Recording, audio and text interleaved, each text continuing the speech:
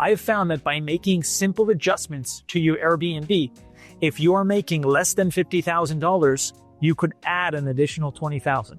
If you're making around $100,000, add $10 more thousand dollars. And in the most extreme examples, you can quadruple the amount of money you're making with these basic strategies. And I know that because I have done that. I don't want to waste your time, so let me tell you upfront that this video is not for you if you're already very confident in your abilities.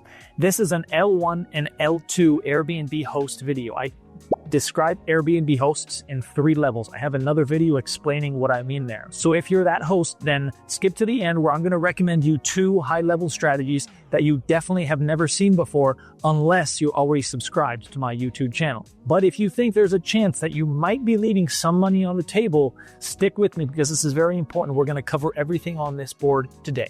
I'm going to introduce you to my dirty sponge test, and it's going to tell you where do you fall in terms of your Airbnb potential. How do you know if you can make 20 or 30,000 or even 4x your revenue? I'll also be giving tips on how you can improve your ranking, your occupancy, and your pricing. My name is Danny, and I have been doing Airbnb since 2012. I run the free YouTube and blog by the same name, and all I do is I have strategies that will make your guests love you. Your competition, they'll be spying on you. If you have been watching my last 10 or so videos all the way through, you know that I've given away some very valuable items that I sell on my website for free, only requiring you to maybe leave a comment. I never give away this because I want you to stick around and watch this video because you need to know this. If you're still watching now, you're going to want to be watching at minute 10. But I will tell you this video, I am giving away something for free. Now, let's start off with my last Airbnb reservation. That's where this video is coming from. That's how I developed the dirty sponge test. Let me bring you along.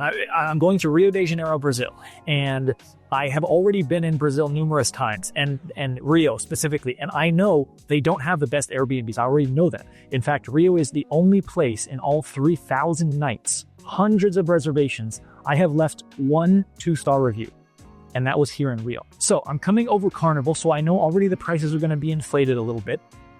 And you know when you're a guest, you can go on and you have a scrolling bar where you can decide what your nightly rate is. Do you want it to be cheaper? Do you want it to be more expensive?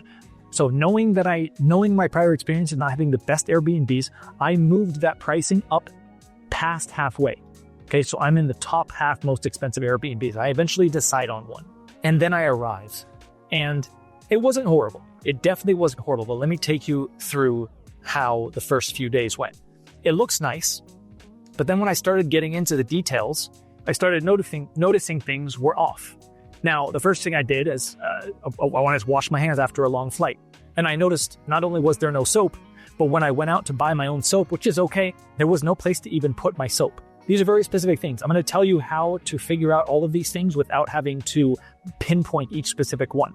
Now, the next thing I did was, it's nighttime, so I'm going to sleep. And I realized the air conditioner doesn't work in the bedroom. So I have to turn it on in the living room. Now, the next thing I do, I wake up, make myself a morning smoothie. There is no blender. Now, I tell the host about this, and they do give me a blender. But before I told the host about it, I went to the big box store because I thought the host was going to say no. And I looked at the blenders, and I made note of the cheapest blender. And guess which blender the host got me?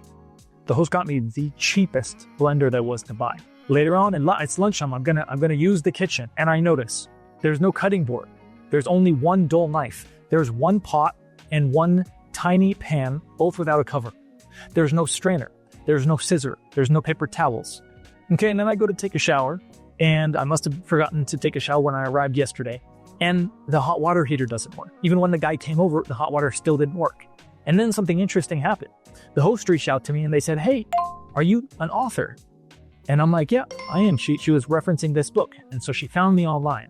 And she said something like, "Oh, I'm sure there's a lot we can improve upon." And I said, "There is." I was honest. Now, the host never asked me for any feedback. Stick with me now, okay? Because I'm going to get to that. I'm going to circle back to that point. That's a very important point about feedback. The host also had just received a 3-star review. Now, I don't know whether or not they had seen that review, but the most interesting part of this was when the host responded to me after they said, "We probably have a lot to do." And I said, "You do." And the host said, "Well, We'll get there. We'll get there eventually. And that's not how Airbnb works. You have to have gotten there to list your Airbnb. Otherwise, you're going to start off not strong with low nightly rates, and you're never going to improve from there. So it occurred to me, how would you know? If you're a host, you're in the weeds, how do you know if you can do 10% better or 150% better? Go into your kitchen and look at your sponge. If your sponge looks like this, it is a dirty sponge. There's even there's hairs on it. Gross. It's called the dirty sponge test because it's not necessarily about the dirty sponge. The dirty sponge tells me how important you're taking hosting. If you haven't paid attention to replacing the sponge, then I bet you when I go into that bathroom, I'm going to find the cheapest towels. And there's not going to be any soap in that shower. I bet when I go into the kitchen, I'm going to find the cheapest blender and the cheapest amenities throughout the house. I bet when I go to the living room, that TV is going to be about 5 years too old. It's going to be too small. Might not even be smart TV. When I go into the bedroom, I bet there's no bedside lamp. I bet there's not blackout curtains. There might not even be a digital lock pad. The cleaning might not be up to snuff. All things that you have control over. A few months ago, about 6 months ago, I bought a new Airbnb. And if you're new to this channel, when I buy Airbnbs, I buy existing Airbnbs, one that I know I can improve the revenue, and I see how much I can improve it by. So they were making about $32,000 every year. I am making with that same Airbnb, very minimal changes, $60,000 per year.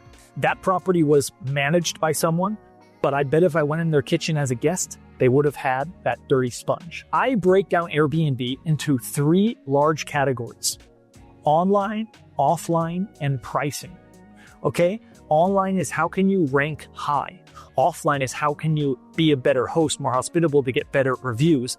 And pricing is obvious. So in this video, we're going to go over these 4 things I want you to do to improve your offline hosting. Okay? So pay attention because this is very important stuff. I want to communicate this correctly. Now, number 1, 2 nights stay. Stay in your Airbnb for 2 nights. Remember how I said, gosh, how would I know to get soap and to put something in the shower so they can hang up their soap and to do this in the kitchen and this in the living room? Go and stay in your Airbnb for 2 nights and use every single amenity, and you will solve 90% of these issues. The other 10% of issues, the guest is going to communicate to you. We'll get there in a moment. Don't go anywhere.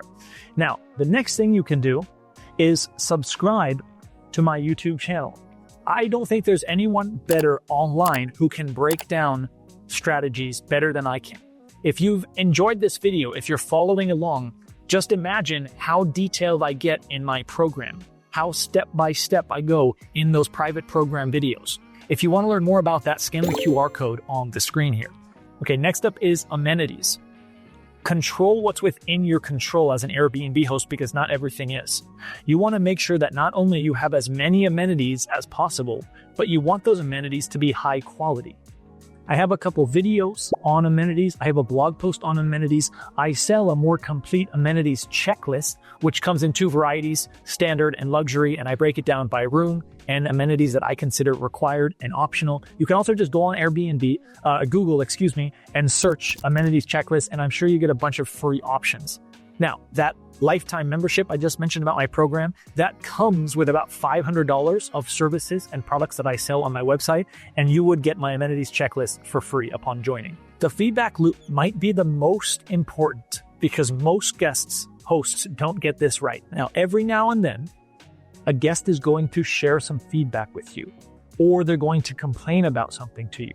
You're going to take that complaint seriously because that complaint is going to help you improve your offline Airbnb. The guest is going to tell you what you need to do to improve. Now, when that happens, I want you to ask a very simple question after you resolve that problem. Is there anything else? Is there anything else you want to share with me? How is the rest of your stay going? Any other feedback for me? Anything else I can do to improve your stay? That is called the feedback loop. The guest can initiate it, and then you're going to ask that question, or you're going to ask that question, and the guest is going to answer you. Now, this isn't all just theory. I am putting it into practice on my Airbnbs. All of my Airbnbs are above a 4.9. My best Airbnb is a 4.99 with almost 200 reviews. If this all seems a little bit much to you, and you're thinking, I would rather just give it to a property manager, that's okay. But you need to be very careful about who you give your property to. Choosing the right property manager is much more important than choosing the right guest for each reservation. Now, the downside of property managers is most of them are really inadequate, and honestly, you'd be much better just self-managing yourself. And in this video, I'm going to do something that I have never done before, and that is recommend property management for you if you want to be totally hands-off. Now, I'm going to be recommending a specific property manager, one that only charges 10%. But the reason why I have so much confidence in this property manager, I've been vetting them over the past few months, is that they've been in operations for 2 years and they have had 0 hosts cancel their contract. 100% retention rate, which blows my mind. The name of the company is chorusly.com/optimize, and you're going to fill out a little Google form and they'll get in touch with you. But if you do that and you're not happy with the processes anyway, as I recommend any company, if you don't have a good experience with them, then I don't want to recommend them. So please stay in touch with me if you want them to manage your Airbnb. You'll also find a link in the description. And as a thank you for staying this long, I'm giving away something for free. It is my 5-star rated 2-page PDF that tells you how to manage cleaning and gives the cleaner some instructions. I'm going to give one of those away for every 10 comments. All you have to do is like this video and subscribe to my channel. If you liked this video, I'm doing 2 more for a total of 3 where we're focusing on the offline hospitality aspect to help you get more 5-star reviews.